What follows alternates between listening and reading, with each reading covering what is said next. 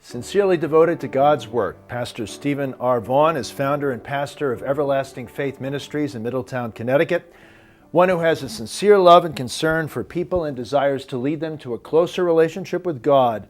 Pastor Vaughan first heard the call to ministry under the leadership of his spiritual father, Bishop Willip Philpott. At Christ Chapel, he served in numerous capacities where needed, and he will tell us all about his work and his endeavors, and we welcome Pastor Vaughan. Welcome. Thank you for having me. So you do both banking and you are a minister, and you manage to combine both worlds of finance and worlds of spirit and your devotion to God. How do you juggle and navigate both realities at the same time and make them fit into one whole for you? I guess I'm an A-type personality. I enjoy being busy, and the worlds really do blend together well. I tend to bring the spiritual side into the financial world. They know that they have an honest banker when they're dealing with them, somebody who really does care about their relationship and tries to serve them above themselves. And then with the bank or the church side, I bring the financial world in the banking. We teach the spiritual, we teach the vocational, but we also talk about the financial side of your life and how to manage that so that you could be proficient in every area, so that you're the total person for God. One message that from what I understand about Christianity is that Jesus said to be authentic and to really carry through your religious acts into your daily life so that you can't be religious on the one hand and then not be honest in business. So you try to not only walk the walk, but talk the talk and walk the walk.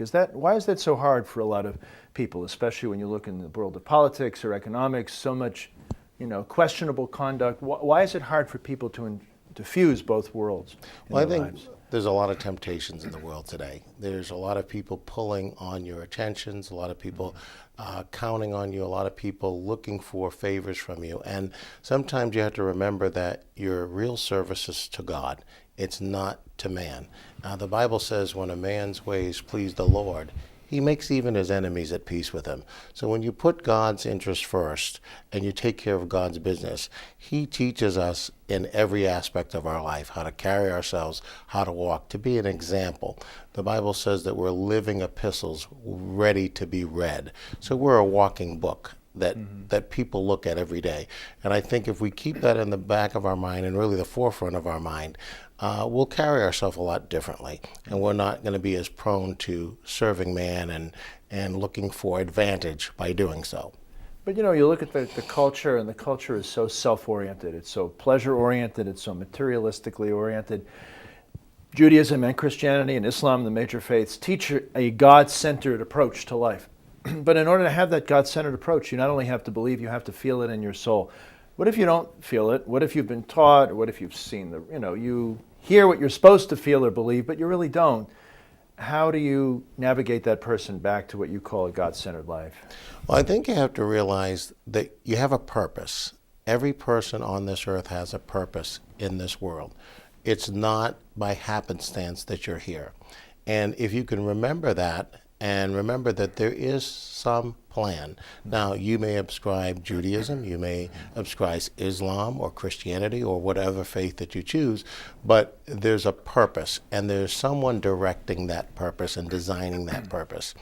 I used the analogy the other day that years ago when we had, and you were about similar ages, there used to be model airplanes and model cars. And there was three types of people. There were people who would take the parts out and try to build the model. And when they got and looked at the model and they looked at the box, it didn't look right. It looked different from what the model said it should be.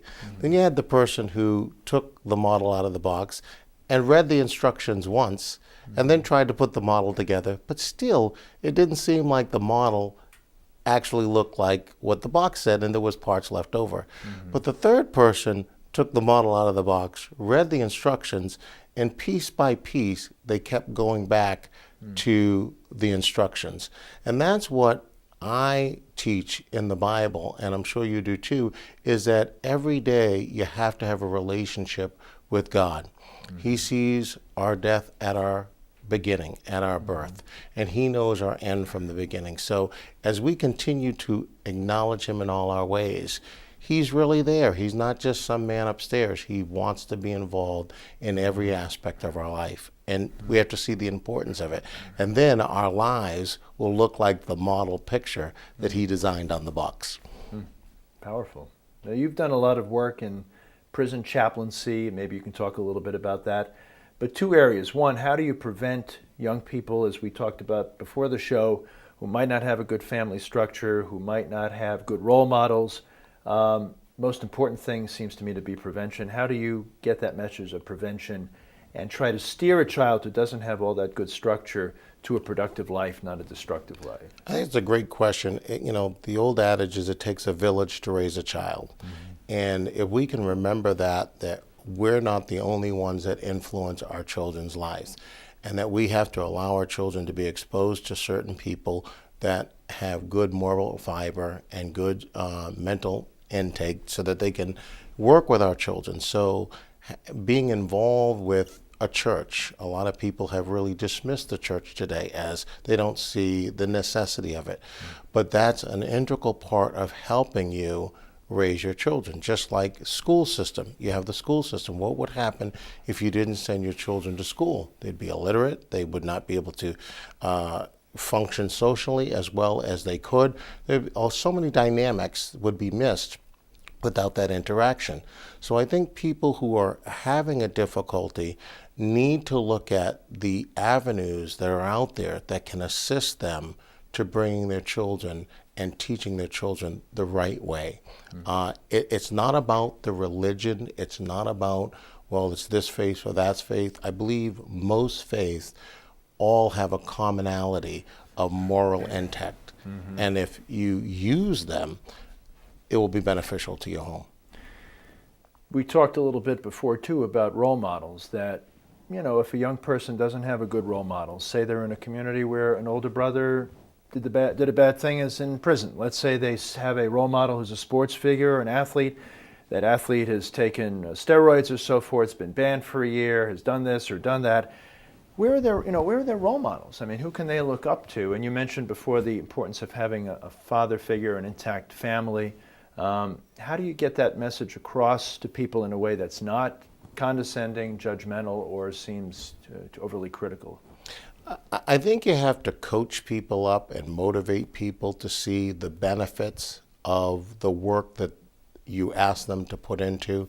If you can get people to see the goals and to see the outcomes of those goals, then by instructing them and being a resource and being a support, not that you're trying to direct their life, but that you're there and you're available.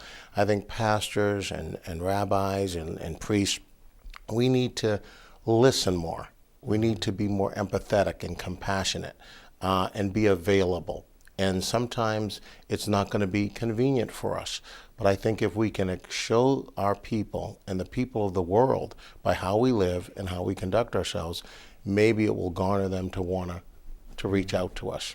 Martin Buber, who was a great theologian, talked about the I-thou relationship. So when you look at another human being, rather than seeing, they are of this economic class, or they are of this race, they are of this profession, or they are go beyond that, go beyond the stereotype, go beyond your impressions of them, and really see God in them and have that I-thou. And I find, it took me a long time to learn how to do that, and I still struggle with it. You form immediate impressions about people, and you go, that's how that person is. Then you get to talk to them and get to know them. That must happen in prison a lot. You probably have met people who, most of us would dismiss, they're in prison, but you must meet people with a lot of potential if they had that potential encouraged. So how do you give them hope and still say to society, well, we're not going to, set people out there too soon? I mean, how do you really rehabilitate people in prison, spiritually and functionally? Well, one person said, it's not how you start, it's how you finish. And sometimes when you're looking at a person, you're looking at one speck in time. You're looking at a snapshot. Our lives is a motion picture.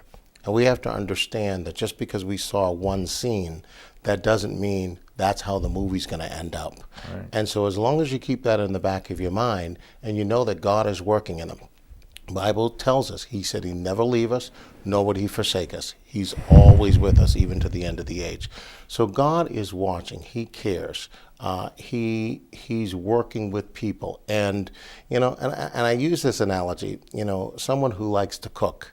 If you talk to somebody that was baking a cake and they just mixed the eggs and the milk and the flour and they stirred it together and said, would you like to eat this? You would look at it and go, no, I don't want to eat that. That doesn't look good, okay? But once it's been put in the oven, once it's gone through the change, sometimes the oven is the vicissitudes of life, that make you, that build your character. And once you let that person and God finish with that person, then you see the end. And you say, wow, I would have never imagined that person to end up that way. But because I was looking at the snapshot and didn't realize that there was a movie, that God was going to finish the work. And we have to trust God. It's all about faith. Because if we don't have faith, the Bible says we can't even please God. There's a big debate in Judaism on other faiths too. And Rabbi Harold Kushner wrote a book called Why Do Bad Things Happen to Good People? Because his son was born with a very serious illness and he died at a very young age. So say you're a good mother and you try to take care of your child, you're raising a child all alone, you're doing everything right, but your child is in a poor neighborhood or a troubled neighborhood and is killed in a drive-by shooting. And that happens all the time, unfortunately, it's tragic. What do you say to that parent who says, where was God? I was devoted to God. When bad things happen to good people. I know that's a fundamentally that's a big hard question. It's a big question. I struggle with it. There's a couple of ways I approach that. The first way I would approach it is I look at Job. Job is a great motivator, a story in the Bible that talks about a person who did everything right. Someone who God literally bragged about, one who was perfect and eschewed evil, meaning he shunned evil. Right. He cared about his family. He was a responsible father. But yet there was a plan against his life by the enemy to destroy him. God in that story shows, I know my people better than anyone knows them. I know my people better than they know themselves. And God knew that Job, what was in Job, even more so than Job knew. And the end of that story, it says, Job says, I thought I knew him, but now I see God as he is. Sometimes when we go through tragedies, things that are just insurmountable, we don't have an opportunity to really understand, A, what's in us, what the plan is, what God is doing. But God has a plan. He's perfect. He makes no mistakes. He's there. And though that might be a tragedy, God is going to bring something good from that person. I believe that person will be with God, and hopefully that will draw you to really think about the brevity of life. And so that when you think about that, you say, Lord, I've got to make each day count. That's one way I would talk about it. There's another thing that I would say, but that's the one I would start out with. The whole debate, the whole separation of church and state, do we have prayers in school? How much can we influence morality in school? What's appropriate, what's not appropriate? When we preach separation of church and state, sometimes it seems like we're not talking about what the founding fathers talked about, because they put, we have the dollar bill that has "In God We Trust," Sure. and we have, So how do you view that fusion of those two things? And do you think we need a little bit more ideas from church or synagogue or mosque in state? I think there definitely needs to be a greater partnership between the church world and the secular world, and to see values in both. There's a scripture that says the children of the world are sometimes wiser than the children of light. And so there's things that we can take from the secular world that are important that we need to incorporate in our God life. But there's also some things in the spiritual world and the religious world that we need to embrace. If you remember, we didn't have mass shootings when there was prayer in school. We didn't have the rampancy of teen pregnancy when there was prayer in school.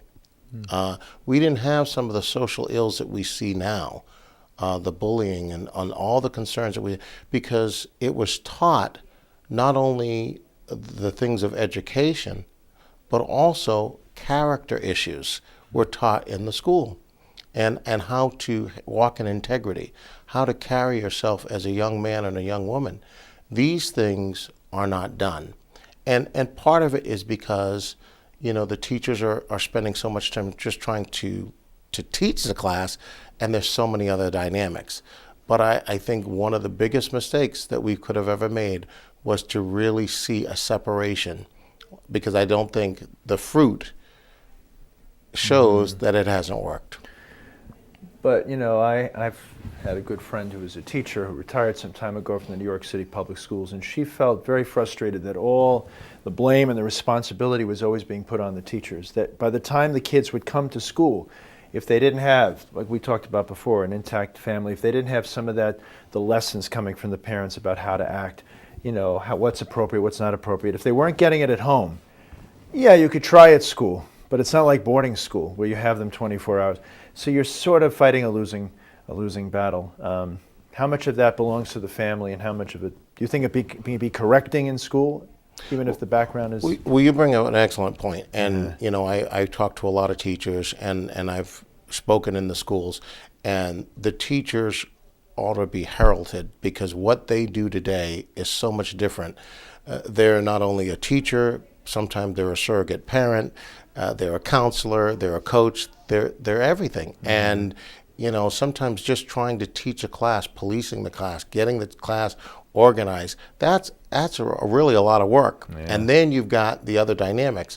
So it's if schools could have a better, and they're working at it, and they do a good job at it, but continuing that the teacher, PTA, that involvement, I think, is very important, and helping parents understand that we really are there to help. We really are there to support. And I think the schools do a wonderful job with that. Mm-hmm. But if there would be some way that they could incorporate the clergy as either counselors, as crisis managers, if they could find a way where it's not offensive to anyone, and those that do not want it, there's choices in the world, but not just to separate it, because there may be people that could benefit from it. Yeah, I mean, if you've trained in chaplaincy, you know that you don't go into somebody's hospital room and start preaching your religion, whatever exactly. it is. You just deal with the healing, you deal with the pain, and if they want to talk about God, fine, but you don't bring it up. So why would we be a threat? Why would clergy be a threat to give? And I have a friend of mine who teaches what's called emotional intelligence, where you kind of go into these environments and teach people how to deal with their emotions. If you get angry at someone, you don't have to punch them out. You don't have to think about shooting them. You can rethink your thoughts. You can take a step back. You can try to, and there's so many ways to teach people how to and unfortunately the movies and the video games and so forth, it's all solved by, boom, So kids are really at a disadvantage, aren't they? Because they're getting mixed messages. It's true. It's not even solved by the media, but role modeling is created by the media at times. Yeah. What is it like to be a man? Well, you got to be a tough guy. You got to be without feelings. You got to be a shoot 'em up type of guy. What does it mean to be a woman? And so media has done a lot of good in a lot of ways, but it also has done a tremendous amount of damage in painting the picture of what a man or what a woman, what a child should be. And I think we need to go back to formulating those disciplines from the home, from the school, from the church, from the environment that you've grown up with, hopefully a good neighborhood. When I put out some of this stuff on Facebook and my little mini blog, people will say, oh, come on.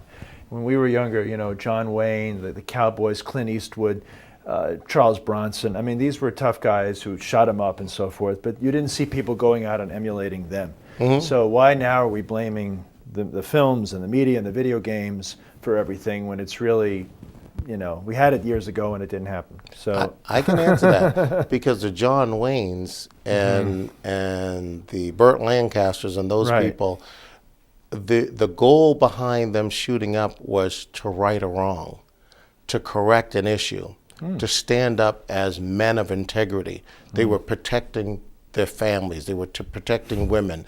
They were trying to develop a sense of community. Mm-hmm. So the methodology was for wholeness and for good. Today, it is just to get your point across, to get an advantage, or to for greed, or for to control. It's different. It's driven by so many other dynamics than it was back then. And I think of Randolph Scott, what he stood for. A man of integrity. So we don't see that in some of the role models because they're not people of integrity. They're just killing people. They're just doing things for sensationalism.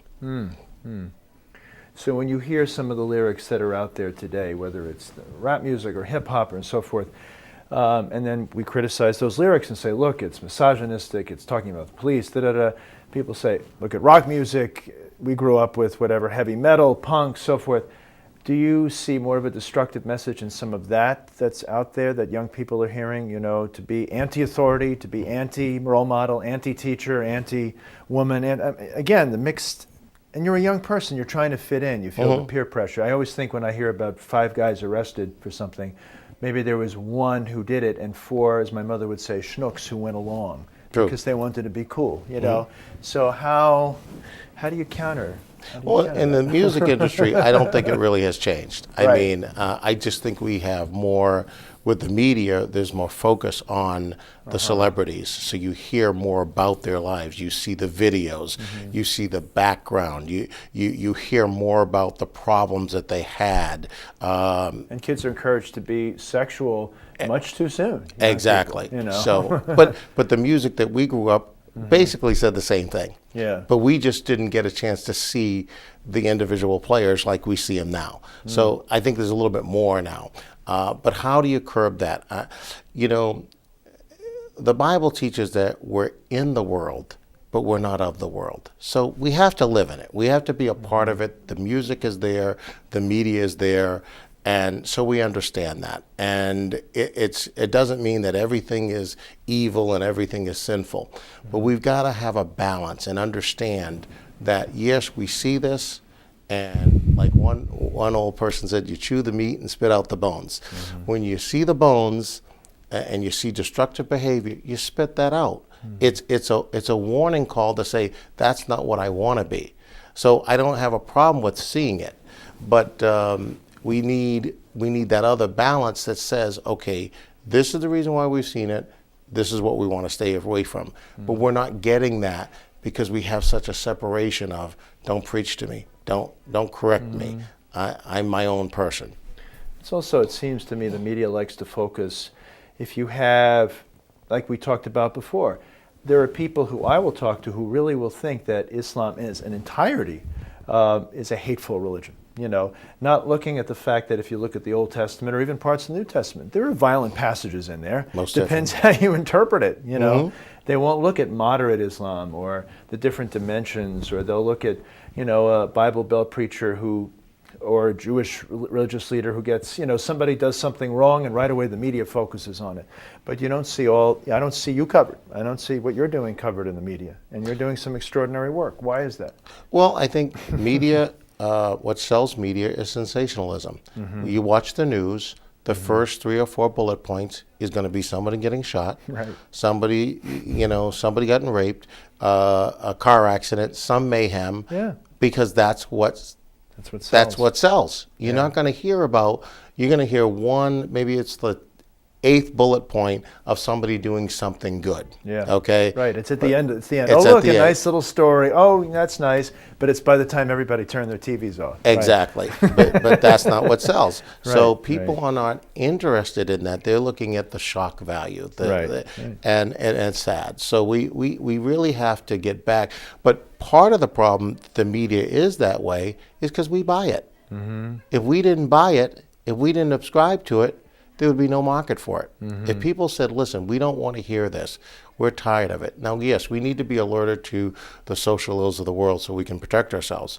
But there also needs to be some sort of, I applaud the stations that talk about certain people that are doing good things and they really go into an in-depth story on it and show the good points of it. I applaud them because it adds to what we're trying to promote in people. In the last few minutes we have left, I was just thinking about it because the mayor spoke of New York City. When you hear about like the immigration debate and you hear about how we have to be accepting of everybody and so forth, when my grandparents came here, I don't know about what your history is and so forth, people came through channels. They came legally, they were taught to observe the law. But in wanting to be welcoming and wanting to be embracing, sometimes there seems to be a message of coddling or enabling. You know, you can get away with that. It's okay. We'll give you an ID anyway. We'll give you a license anyway. And if you take one of those positions, you're either a conservative or a liberal. Can those labels be transcended to where we're just people who uphold, morality, decency, try to do the right thing within a compassionate framework, so we're not labeling each other, you're a conservative, I'm a liberal, put them together and have balance? Yeah, think about that? I think God designed balance with man and woman. So, man and woman, okay. Yeah, there's a balance, and sometimes we alienate ourselves by setting up labels and divisions. One case in point is denominations. Okay. There's no denominations written about in the Bible. That's it's right. It's one people under God. So you've heard 4 Jews, 5 opinions. Yeah, exactly. Until God comes down. I just want to throw that question in because I have this great book called If You Were God, and the person has this interaction with God, and he says, God, why don't you just come down and tell us what to do? Stop all this, through different disciples. Just come down. And God in this text says, well, if I did that, first of all, most people wouldn't think it was really me. They would think it's the devil. And second of all, that's not my role. You have to figure it out yourself. If I did that, then you're just a puppet, So do you think God gives us free will in order to choose? I definitely think he gives us free will. God does not want robots. Right. He wants us to love him and to spend time with him. You don't want to marry someone and that person just says yes, yes, yes, yes, yes. You want interaction. Some people do. But well, that's a concern. But no, God wants a relationship. He wants to know that you've freely chosen him. Right. But he does reveal himself. He revealed himself through the spoken word. He reveals himself through the prophets and the teachers. We believe in our faith that he revealed himself in his Son, Jesus Christ.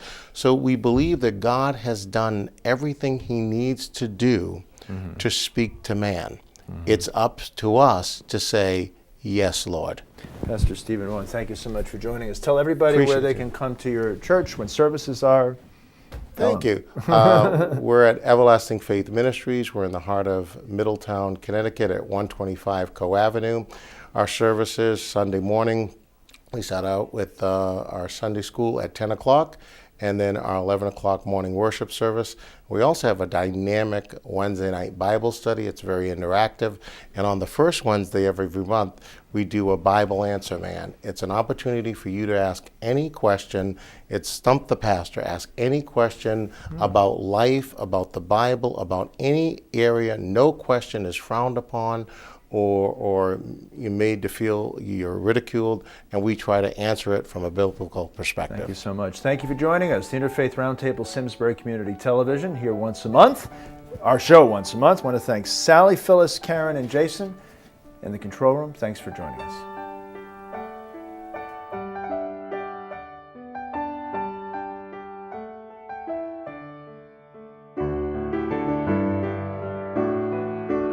Funding for Simsbury Community Television is provided in part by contributions from viewers like you. Thank you.